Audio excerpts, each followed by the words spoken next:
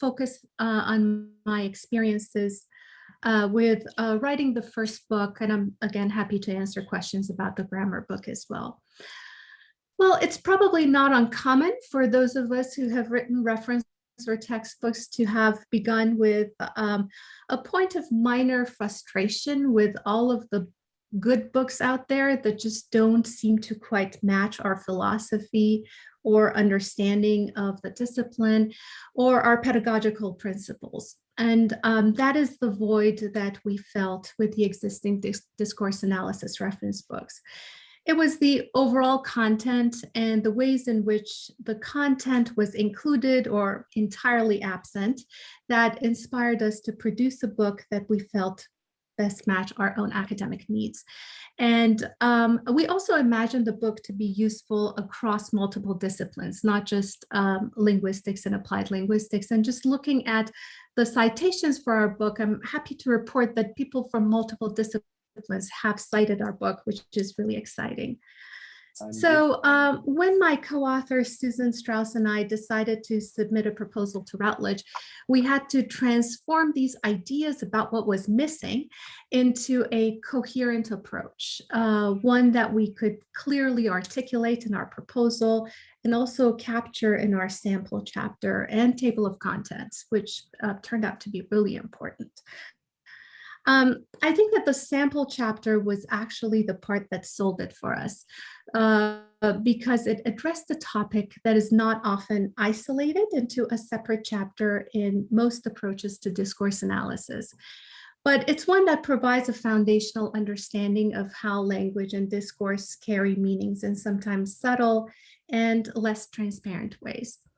The chapter was on reference, the way in which people, topics, things, and ideas are framed in discourse. As part of our proposal package, we were also asked to submit a review of the existing books. That was a little tricky because we had to be careful to strike a balance between the strengths of each book and what we saw as lacking. Routledge sends the proposals out to colleagues in the field, both national and international, for feedback. I think they sent them to about 8 or 9 colleagues. And the next correspondence that we received from Routledge was very positive. And there were requests for minor changes, but the feedback was overall very constructive in every way. And the reviewers suggested revisions that addressed issues that frankly we hadn't noticed or considered in our proposal, and we were grateful for those comments. We submitted the revised proposal, and not long afterwards, we got the contract. So this was a first book contract for both of us, and it was exciting and daunting at the same time, as you might imagine. And we knew what we wanted to produce, as you know, and we had that all laid out in our minds, and it made sense there. But then the challenge was to transform those abstract visions into a reality, and the writing started. Susan and I split the writing process. We each contributed and read each other's chapters, making comments, suggestions, revisions. We had many, many hours of phone and in-person meetings. Sometimes we disagreed, sometimes we maybe fought a little bit. And collaboration, I have to say, is something that works for some of us and not for others. But for me, it was something that helped me keep my pace and maintain my motivation. And I made sure to dedicate one of my days off during the week completely to working on the book. But when we got closer to the deadline, I had many sleepless nights. I have to say that at the beginning, you always think you don't have enough. It is not typical that you might think you might have too much, but we ended up having to cut down a lot. And we exceeded our word limit in both manuscripts, but in the end, we were still able to cut it down into the acceptable average range. One of the biggest challenges, I think, in writing both of those, the books, was obtaining permissions. For us, that was one of our biggest challenges. We had to pay attention to matters of fair use, and we were hyper aware of copyright issues. And we were reminded by our editor many times to be careful with that, and rightly so. Just to give you an example, we wanted to use a part of an essay from, I think, 1995 essay in Time magazine. And in order to use that, we had to pay Time magazine $1,300 to obtain that copyright. So it was challenging. We had to be really careful with the number of words and the percentage of the words compared to the percentage of the entire essay. So that part was, I would say, the most stressful part of writing a discourse analysis book, which, as you can imagine, needs a lot of authentic discourse.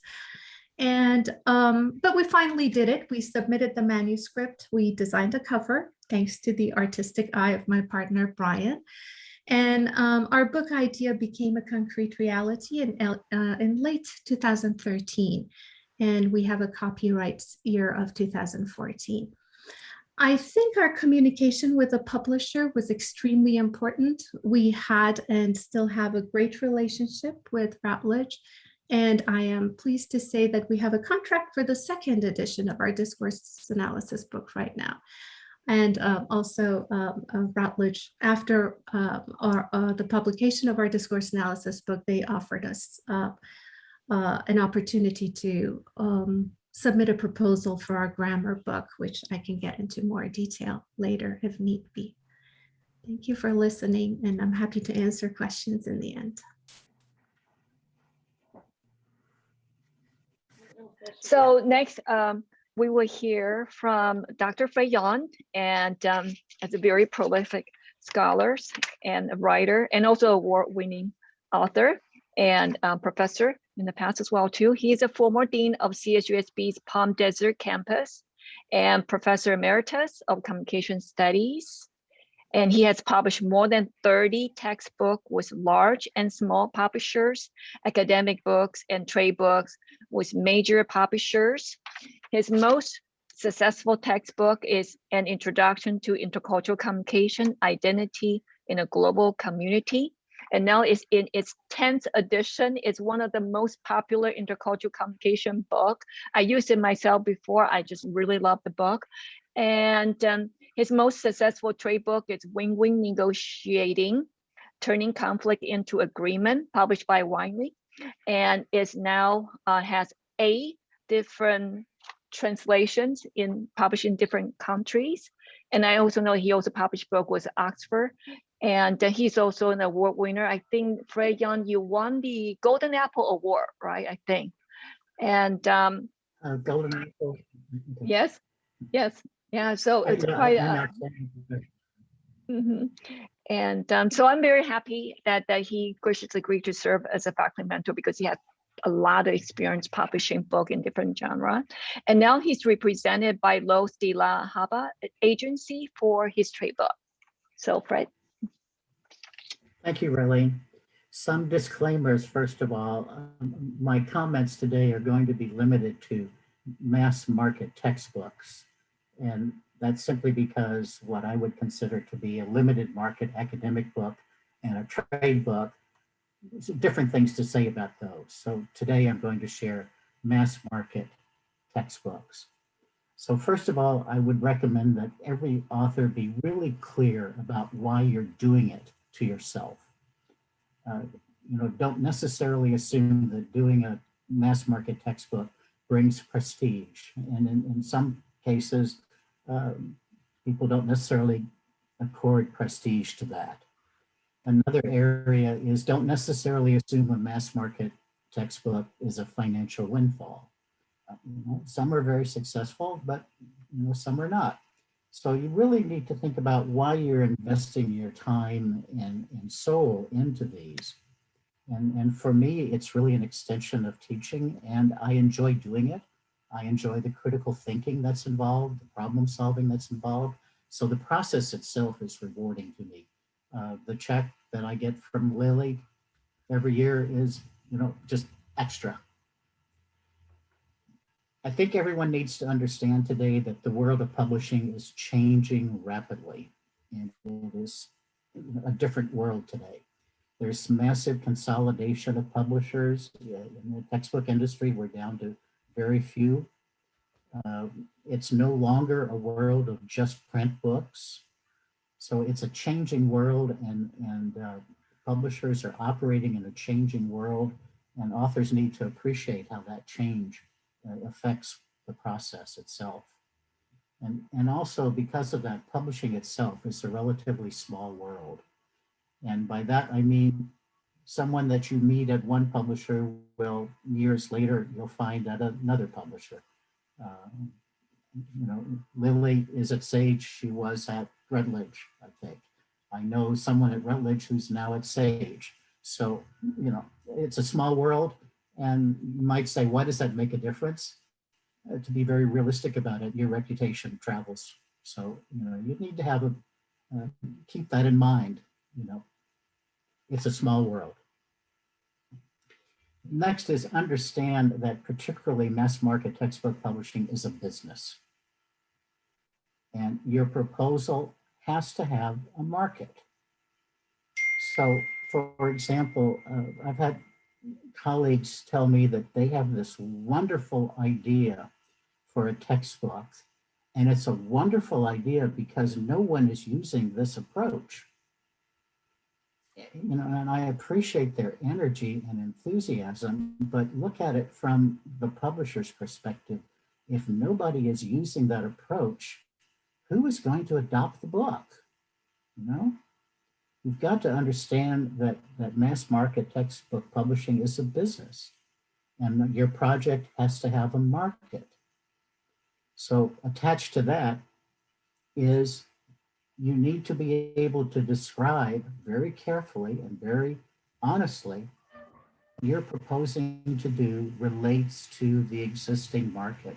What other textbooks are there, and how do you compare to those books? It's a word that was used a lot that I hate, benchmarking. You know, and that is tell us chapter by chapter how your approach compares to the existing market. How does your approach duplicate what's there? How is your approach different from what's there? And think of it this way. You know, all of us as instructors are somewhat wedded to textbooks we adopt because we build our courses around those textbooks.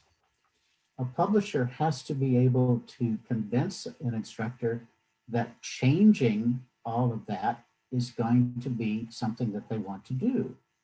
So they really have to understand, and only you can help them understand how what you're proposing to do is significantly better than what they're using now, but not significantly, to be quite honest, different. So benchmarking, how does it relate to what's already there? And finally, your relationship with your editor is critical in that regard. Over the years, some editors, you know, I would consider to be friends and have had a friendly relationship with them. Others, I consider to be more of a business relationship that's friendly. So keep in mind that relationship with your editor and stay within those confines. But spend some time thinking about it from their perspective as a publisher, as a business. And finally, I would encourage people to keep in mind that particularly textbook editing, textbook publishing is a solo and a group project. You spend a lot of time, of course, working by yourself, but it's a process that will eventually involve a development editor, a copy editor, production editor, and you really do become part of a team. So you have to be able to think as part of a team that works together for the final product. And the same thing would be the use of reviewers. When I started, I used to be so bound by what reviewers said. And if a reviewer said something, I would adapt immediately to what that reviewer said. But that has changed over the years because more than likely today, reviewers are selected also as potential adopters. So if a reviewer says that they didn't understand something I said, I don't immediately drop it. I go back and ask myself, well, why wasn't I clear? How do I need to restate this so that what I want to say is clear?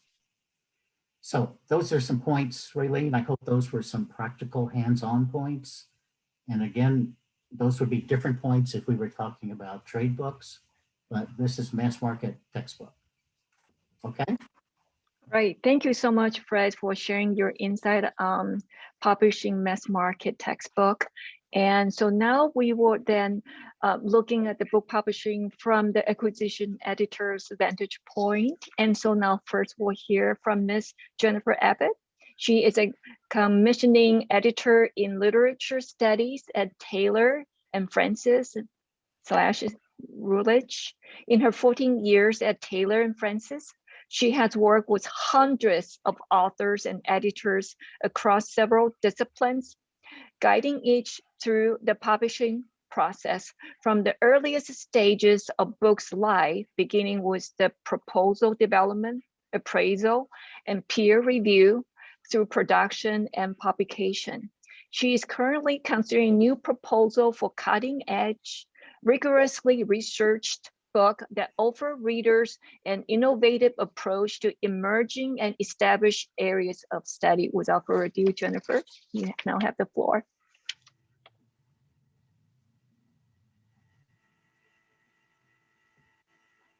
Unmute, I suppose. Sorry about that. Well, thank you for the introduction, and I really appreciate the comments from the last two presenters. It's definitely along the lines of the kinds of things I want to discuss and gives me kind of a jumping off point. As was just described, I've been in publishing for a long time. I've worked in the sciences and the humanities, more recently humanities and literary studies. I've worked on textbooks. I've worked on a lot of monographs and handbooks and companion books as well. So it's kind of run the gamut, and it's really opened up a lot of different avenues that I've needed to, explore and understand. All that in the changing environment of publishing, as was described. So it's been challenging and fun. And sorry, the sound is not very clear. I apologize for interrupting. Okay. Is that any better? Not. I think it's clear for me, but Okay. Aklam, is it okay? Can you hear me, or should I go and grab a microphone real quick? It's okay if others can hear you. Thank you. Okay.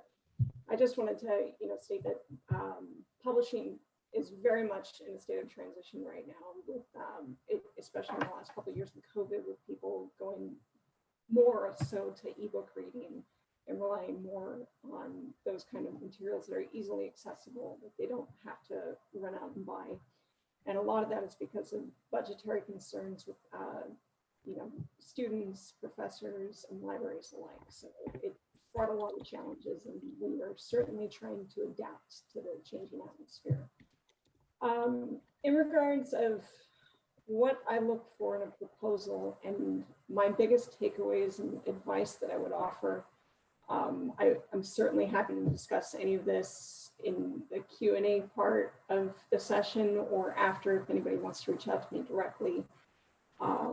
There's basically a few things that I've run into year after year that maintain to be like the solid advice that I can offer people. First is considering your target audience and who you're writing the book for. Now, I know that kind of echoes some of what the other presenters had already said, but it's absolutely vital as a commercial academic press that we need to understand who you think the audience is, and if we have a market for that, if we reach that market. So, every press has its own thing. And in academic publishing, we all kind of go to the same types of books, but some do more trade books that are meant for a more broad market. Others do high-level research books, which is actually what I'm currently working on with Routledge. So it can be very different, and you need to understand the landscape and make sure that the kind of book that you're writing might fit within that publisher's portfolio. So when you're taking a look at who you think that audience is, it's just to be really, really realistic with yourself and who will actually, because oftentimes we see, and I hope this doesn't sound awful, but we'll see that people will come in and say, yes, everybody needs to read this book. It's going to be used across disciplines at undergraduate, high school level, and beyond. And usually it's a little bit more focused than that. Sometimes it's a lot more focused than that. So, you know, we have to kind of see where that boundary is and make sure that we identify and reach that market accordingly. Permissions was another point that Carso that brought up, and that's another one that I always stress to, you know, make sure that you're taken care of as early as you can, because it can be time consuming, and you can find these, they're outrageously overpriced, like $1,300 for a Times article. And, you know, working in literary studies, I work with a lot of people that are working on modern literature, contemporary literature, and those tend to have very, very strict permissions. And anything with poetry and song lyrics, you know, people aren't aware that sometimes those can be very hard to get and very costly. And, you know, it's very rare now for most publishers to cover permissions. I can't speak for Sage, but certainly at Routledge, it's not very common anymore. And a lot of that is in part because of our changing landscape and what we are able to do within our means. In proposals, I just like to see, I don't want to say plain language, because we are trying to reach upper level academics in my program, but it should be written so that a non-specialist can understand.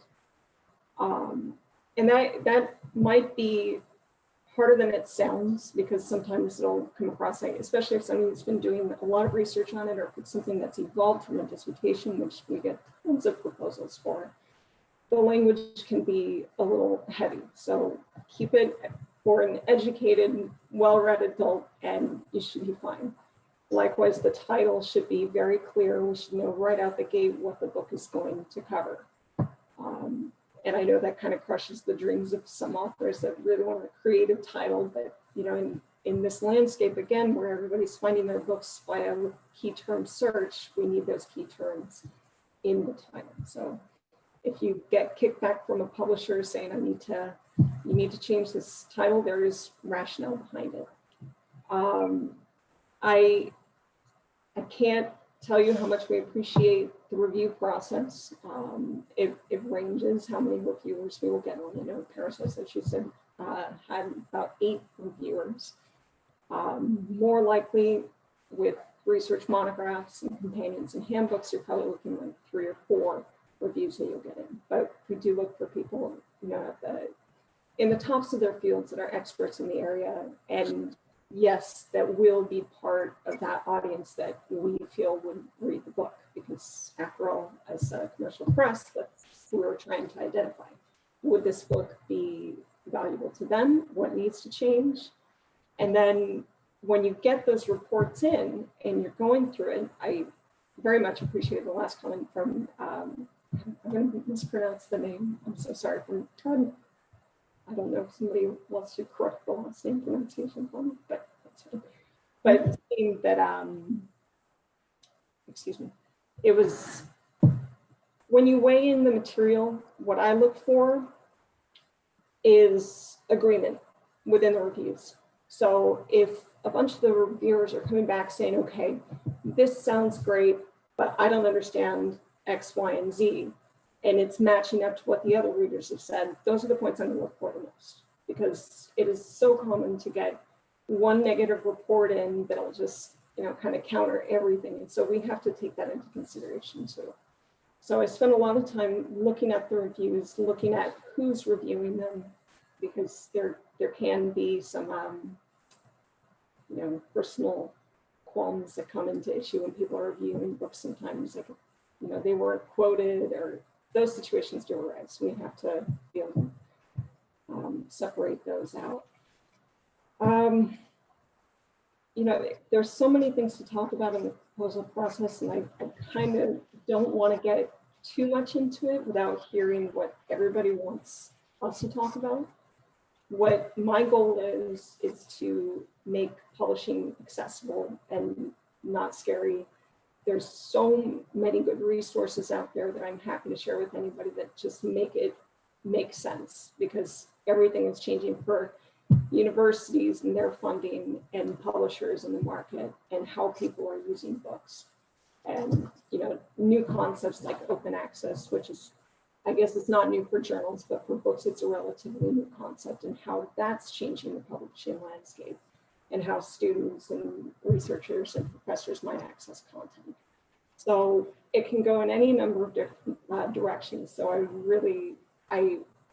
waiting for that Q&A section to hear from everybody what they want to hear. And I'll leave it at that for now. Thank you, Jennifer. And so again, after maybe the Q&A session or in the then please feel free to type your contact email address. So if other participants would like to have more detailed question, they would like to ask you or Lily, and please feel free to contact them. So, and again, we will share their book proposal guideline as well too. Okay, so now next we'll hear from Miss Lily Norton. And she is the acquisitions editor for speech, mass communication, and media study at Sage Publications. She joined Sage in 2018 after successful sales roles at Pearson Education and Oxford University Press. She started her career in editorial at Pearson and is looking forward to signing new authors, developing first editions, and creating new digital solutions for her communication program. So without further ado, now I yield the floor to Lily. Thank you, Raylene. Can everybody hear me? Good. Okay, great. So we've already covered so much, and I don't want to be redundant. Jennifer covered a lot of great tips just about the proposal process. And Fred, like me, is focused on the mass market textbook industry. So I'm really focusing on undergraduate textbooks for communication and media studies, but I think a lot of these tips really do apply to really just textbook writing in any discipline. But just to add to what everyone said, I really agree about, permissions. That is just such a pain, and it's a growing pain of the industry right now. And I would say if you're thinking about writing a textbook, I mean, just on top of what everyone said so far, I think you really want to think about a hook for your book. And the business term we use is a unique value proposition, so the UVP. And really what Fred was saying, like, what is the rationale for writing this book, and what are the things that people are looking for in this particular course market that people aren't getting with the existing literature, and how you're going to bridge that gap. And it should be a passion project. We want our authors to have fun writing these books. We don't want it to be a drag. It's a long, commitment. And you really do want it to be a passion project. So you'll want to have a really good knowledge base of all of the literature in that course market that you're focusing on. So, really looking at the existing textbooks and what features they have, and what are their strengths and what are their weaknesses, and really knowing that, because as the author, you really need to be the content expert. There's many times where I'll be working with an author in a course market that we haven't published in a really long time, or we've never published in. And I'll be honest, like, I'm not the content expert. My authors have to be the content experts. So you really need to know your stuff, and knowledge is going to be power in that way, because you'll be able to do things better and really know what's out there. Because when you're thinking about the whole cycle of textbook writing and marketing and selling, what you really want to be able to do, like Fred was saying, is be able to convince somebody that your book is going to help them teach their course and better engage their students and get students better grades and all of those things.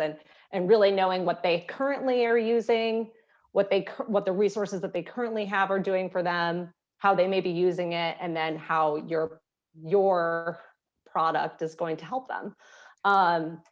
So let me see. Rayling, I know you asked, like, how do we determine what book projects are publishable, marketable, and have a demand? I mean, we obviously look at the market size. We see how many students are, taking a course every semester, every year, and that determines, if we want to publish in that course market. And I know Jennifer mentioned this a little bit too, but really should be very straightforward. If you're writing an intercultural comm textbook, it should be for an intercultural comm class. We often get these proposals where, the project's trying to be very interdisciplinary or trying to fit needs of all different types of markets. And I will say the most successful projects are just really straightforward. That's why we often just title the textbooks the name of the course, because we want to hit people straight in the middle of the eyes. Like it really should just hit you right over the head. So simple, sweet, just make it really straightforward. And just, if you do go down the road of working with a publisher, someone said this before, communication is key. There's so many different facets to putting a textbook together. You've got the permissions, you've got the images, you've got the layout and the design. All these things have to come together in this perfect medley, and having constant communication and check-ins with your editor and forming that relationship is really key, because you'll have a conversation, you'll start talking about one thing and you'll be like, oh wait, what about that thing that we talked about last week? And how did we resolve that? And is there anything else? And something always comes up. I mean, so it's just great to just have a conversation every once in a while, brainstorm. I mean, we can always learn from each other, have new ideas, and that's the beauty of being an information sharer. As a publisher, we want to include new ideas and thoughts. So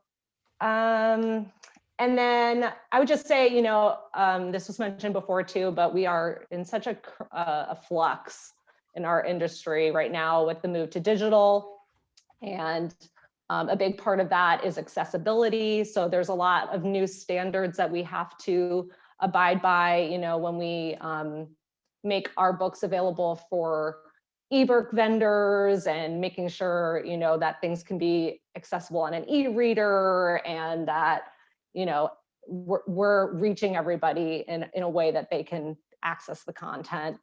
So that's a big thing that we're dealing with. Obviously, diversity, equity, and inclusion is a huge issue right now. We're dedicated to meeting students where they are, and trying to provide relevant content that is reflective of their experience. So, diversifying our author profiles is a huge thing, and also just including, voices from contributors in books that, maybe through different features or interviews. That's a big thing that we're trying to improve right now, because historically, not all people were represented through textbooks. So that's a big thing. We're trying to, encourage co-authorship a lot of times, just to bring new perspectives. But I'll stop there, and I know everyone's probably really eager to ask a lot of questions. So thank you again for having me.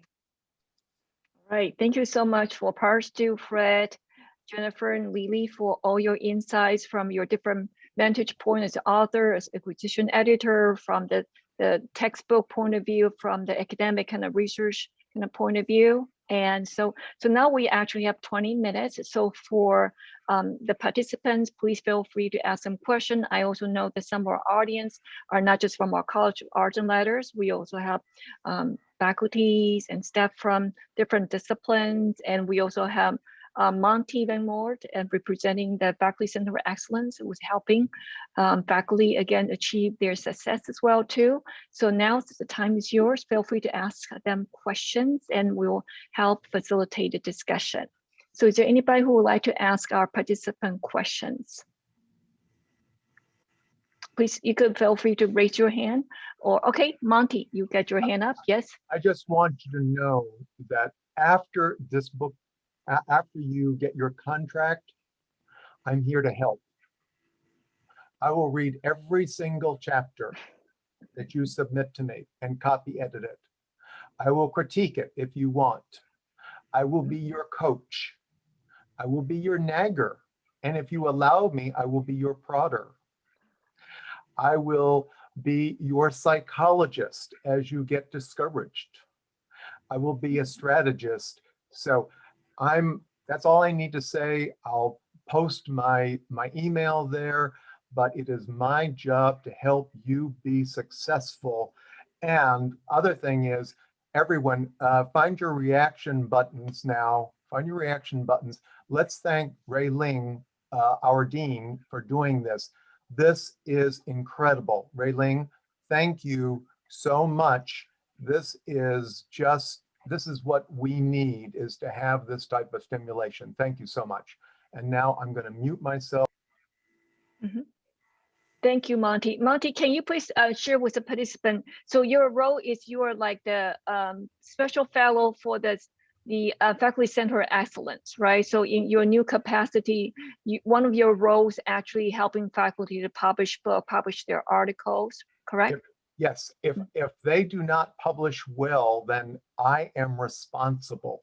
I'm guilty. I haven't done my job. So if you fail, I fail. My job is to help all of you. And for what's worth, I have, not as many as Fred, but I have 13 books and multiple editions and things like that. So I'm, I have lots of tips I can give, in terms of how to get articles, get your articles set up, which advertise for your book, and how you can then finesse, because you can't go from a chapter to an article, but you can go from an article to a chapter. There are a lot of little strategies in there, and sometimes the ones that you want to look for in terms of publications are not what you think they are, because sometimes what you want to do is you want to go for what's the hardest chapter, and that's sometimes the best publication. But all of this has to be sort of teased out, and if I can be helpful as the faculty research fellow, I will put that time in. Thank you, But Monty. I'm sure there are questions. Let's get to their questions. Right. And Monty, thank you so much for volunteering your time. Be careful what you wish for, right? We will be knocking on your virtual door asking for your feedback. Please, more. Yes, please. Good. Okay. Any questions? Okay, maybe how about I'll start out first. I would like to ask for panelists, right? So, I feel writing book is really it's sort of running a marathon. It's an intellectual, physical test of endurance, right? It's endurance test. It's really testing your intellectual power and also your physical strength and your mental power, right? So, for example, Fred, you published so many books. How did you overcome? Especially when I knew that when you were a professor, when you were a dean, you still continue to publish book. And I think you published your book with Oxford when you were a dean, right? At PDC, if I recall, on the conflict book. So and same thing was part. So, and also from the acquisition editor's point of view, how do you get over that either the inertia or writer's block or too much distraction because your life's taking a toll on you? And how did you get over, or how did you, Lily and Jennifer, how do you help your author who continue to promise you they will deliver their next chapter, but it never materialized? So how do you get over that writer's block? I think it's different from situation to situation, and we've dealt with this, at least at Routledge, with a lot of authors during COVID that have needed more time for their manuscripts. And my point of view is, I don't think it's usually good business to rush a good book, because I think the results might not be exactly what you want. So I try to mitigate this long before that happens. So, really setting realistic expectations and working in a little bit of extra time than you think you might need. So I usually suggest maybe like 2 or 3 months past what you think is realistic, just in case there's things that fall through. I know it's different for textbooks because it all revolves on a timeline and when books need to meet the market. For other text types, it's not the case. So I have a little bit more flexibility with that. So you'll find that, well, at least in my practice, I would chase textbooks a little bit more and just check in a lot more with authors and editors working on them. So, we have to be understanding because we understand that authors and editors are all working full-time usually, in most cases, and they've got multiple other commitments outside of the writing the book. So I definitely keep that into perspective when I'm working with people. And I think most good editors do that. So I assume that Lily probably has done that in her capacity as well over time. I know there's different pressures, like I said, with the textbook market, but it's, yeah, it's certainly something that depends on each person's situation. Thank you. Yeah, I would say about this. Oh, go ahead, Fred. Because I think this question was more for you, Fred.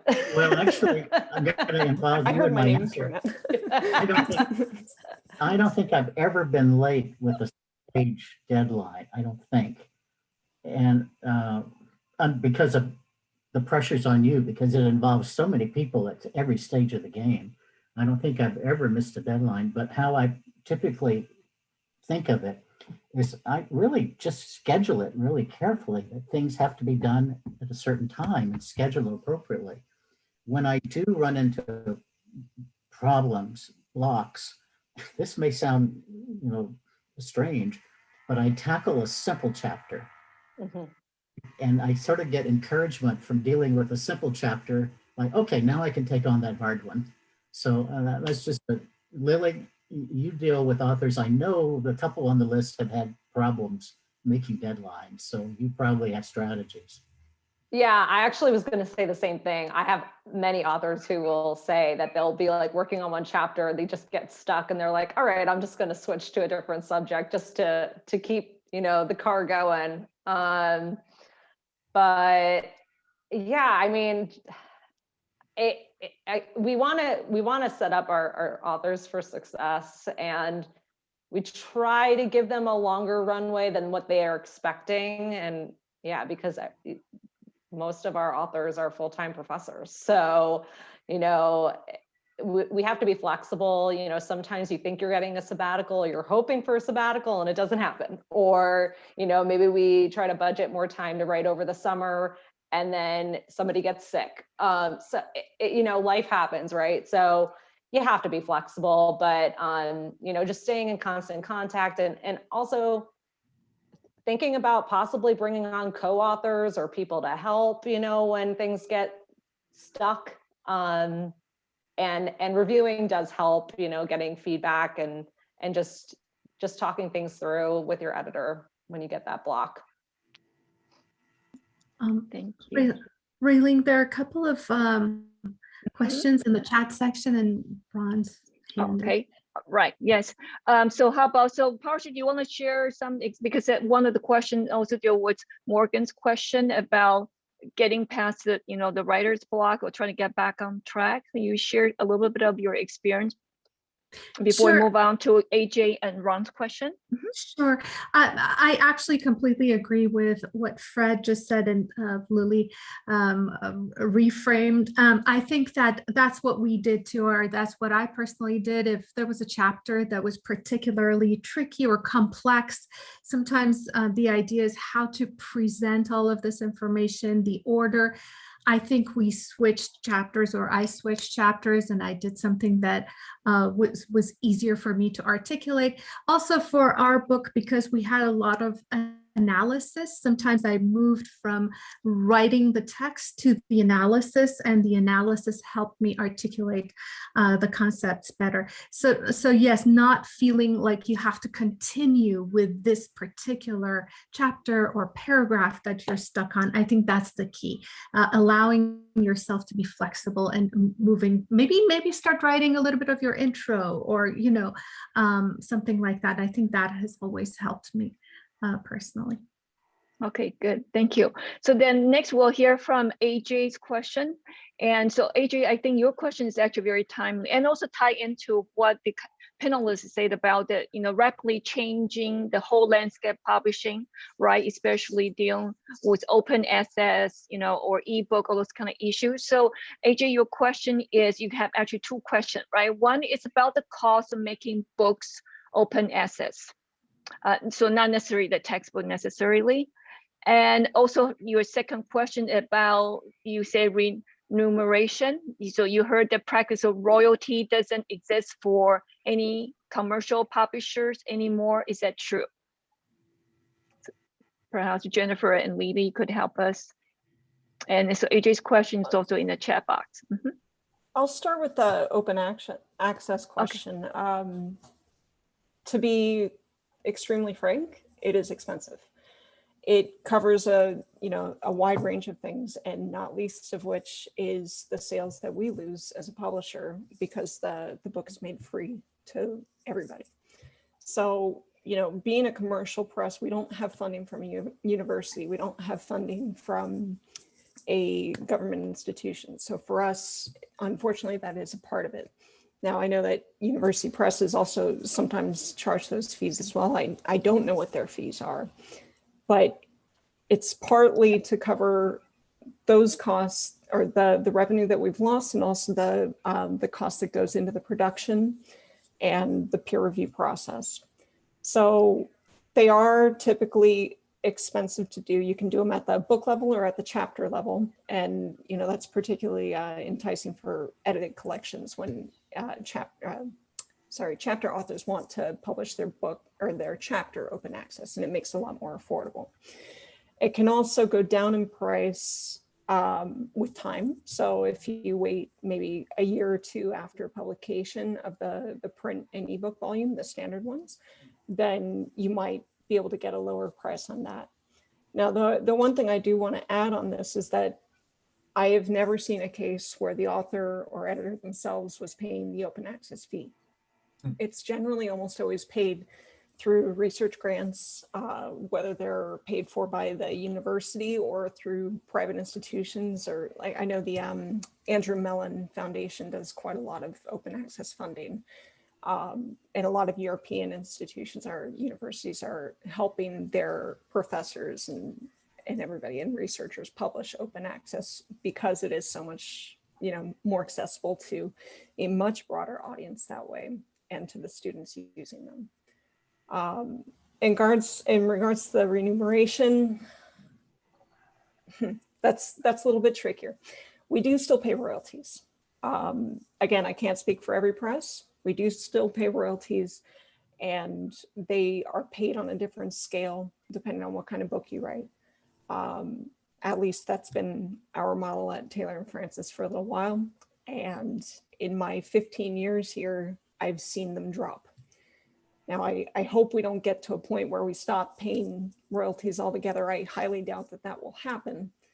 But, with publishing changing, I don't know what's to come. I wish I had that crystal ball.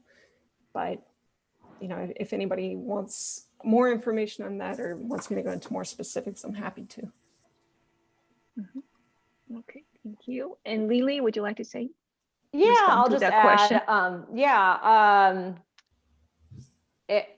I'll just say we're still paying royalties as well.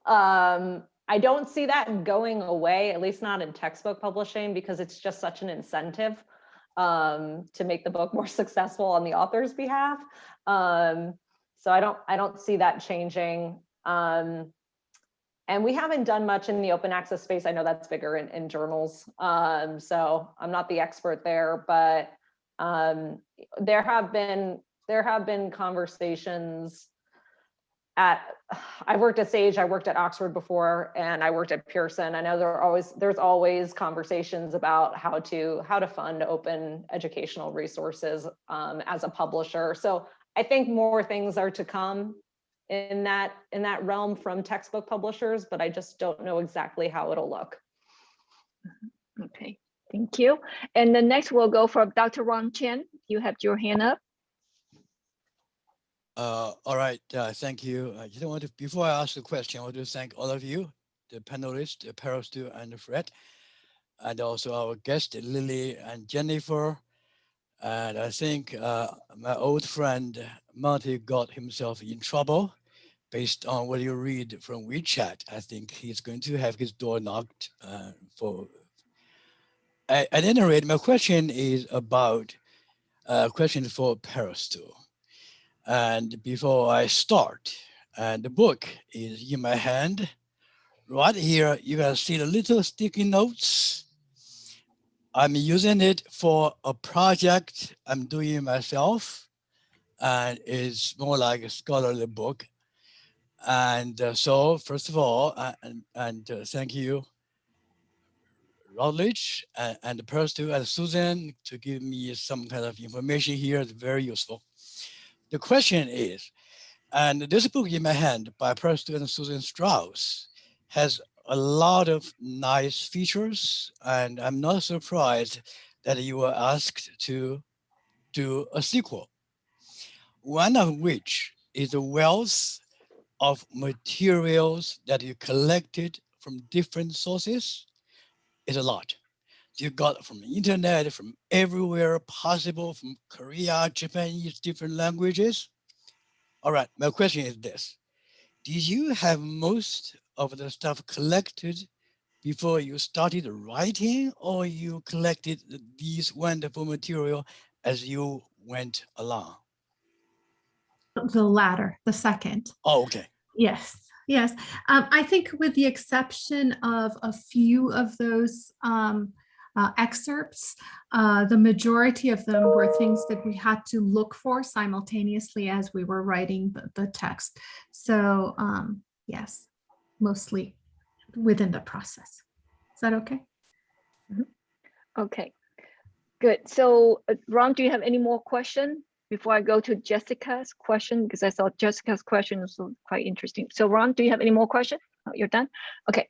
So Jessica's question, I asked about the writer's block, and I thought Jessica's question was very fascinating. It's also kind of connected together, right? So her question is in the chat box is about how do you, finish, right? Or at least polish the book, right? Before sending out a proposal, because Jessica, you confess you're perfectionist revisers, right? And you like to read more and more and more, and you worry that you don't know at what point you should just bite the bullet and pull the trigger and send the book, right? Or send the thing.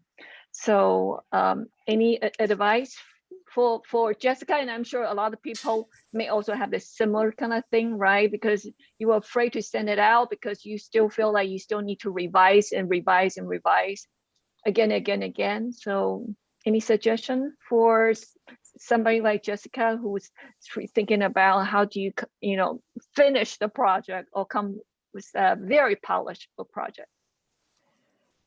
Yeah, certainly. I'm happy to weigh in on that. Again, it's one of those things that's going to vary from person to person. The way, as Lily mentioned before, rarely your editor at the publisher is going to be an expert in the subject area. So what you need to think about is when it goes out to reviewers, knowing that we're going to be looking for people that are, steeped into the field and, familiar with what your area of study is, what you would be comfortable with them reading. Now, that can be in a lot of different stages. If you have a really well-detailed proposal and it's super thorough and you've got sample chapters that are, in draft mode, you can certainly send those over. The editor might ask for, they might ask for revisions before they feel comfortable sending it out. Sometimes we will ask for the full manuscript. It just really depends on what we get. So if we're looking at it, don't be afraid to send it if you think that it is probably good to go. And we can have a look. And if we need anything, most of the times we're just going to engage with you and see if you can. A lot of the times, if it's an interesting idea, we'll say, okay, listen, this sounds really great. I would appreciate if you could just revise and resubmit or come back when you have the full manuscript prepared. Most of the time, so we're happy to send out drafts. It just depends.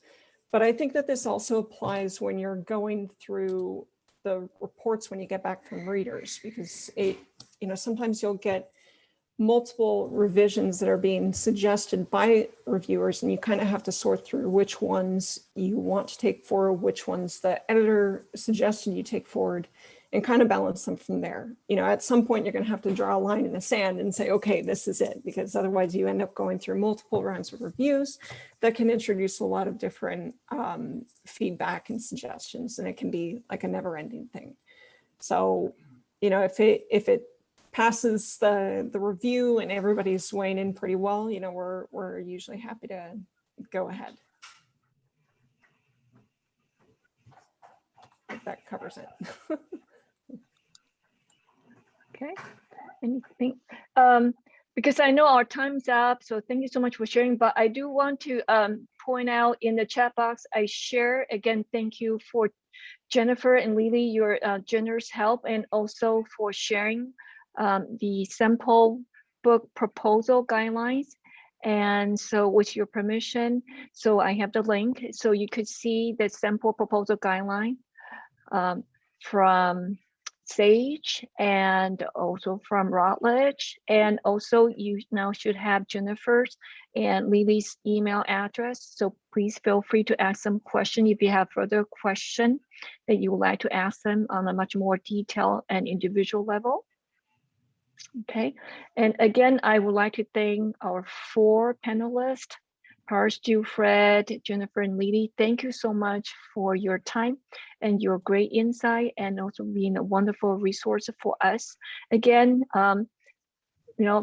best wishes for all the participants for your book projects or your research, your endeavors. And also thank you again, Stu, Fred, and Lily, and Jennifer, for sharing your insight with us. Okay, and again, thank you. Okay, and one more quick thing is for our College of Arts and Letters, we have the book writing boot camp in the winter intersession, and this summer, what we will have is we'll focus on journal articles. We'll have another journal article writing boot camp in the summertime. Okay, so please watch out for our announcement. Okay, again, thank you all for attending our events, and best wishes, and be safe and be well. Bye-bye. Bye, thank you. Bye, thank you so much. Thank you. Thank you. Bye. Thank you. Bye.